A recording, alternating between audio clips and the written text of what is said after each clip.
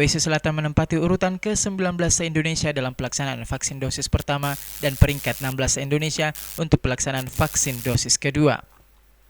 Dari 7.058.000 warga yang menjadi target vaksin di Sulawesi Selatan, hanya 38,25% yang telah melaksanakan vaksin dosis pertama dan sebanyak 25% yang melaksanakan vaksin dosis kedua.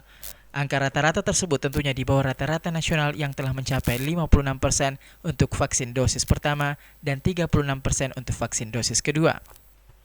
Ahli epidemiologi Unhas, Ansariadi mengungkapkan, pemerintah Provinsi Sulawesi Selatan harus memiliki perencanaan matang dalam usaha menggenjot pelaksanaan vaksin di daerah ini, seperti jumlah tenaga vaksin dan cakupan warga yang bisa di-cover tenaga vaksin, sehingga diketahui bisa kemampuan tenaga vaksin untuk melaksanakan target vaksin yang diberikan. Selain itu, perlunya ada target waktu yang diberikan sehingga ada acuan pelaksanaan yang dapat mendorong percepatan pelaksanaan vaksin di Sulawesi Selatan.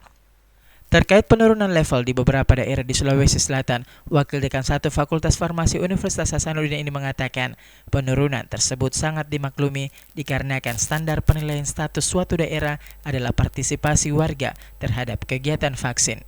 Ini saya kira menjadi tantangan bagi pemerintah Sulawesi Selatan bagaimana supaya menggenjot vaksinasi supaya coverage-nya bisa lebih cepat, membuat perencanaannya lebih detail, berapa logistik dibutuhkan, kapan vaksinasi ini ingin diselesaikan, berapa lama, berapa resources yang harus dibutuhkan. Karena kalau tidak direncanakan dengan baik, saya kira tidak ada yang bisa mengevaluasi apa ini kita bisa lebih cepat atau tidak. Jadi harus ada perencanaan yang bagus.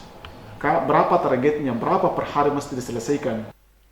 Ansariadi juga meminta adanya pemerataan pelaksanaan vaksinasi di setiap daerah di Sulawesi Selatan dan tidak hanya berpusat di satu wilayah saja, karena dengan tidak meratanya pelaksanaan vaksin, hal itu juga mengakibatkan berpengaruhnya capaian rata-rata pelaksanaan vaksin di Sulawesi Selatan.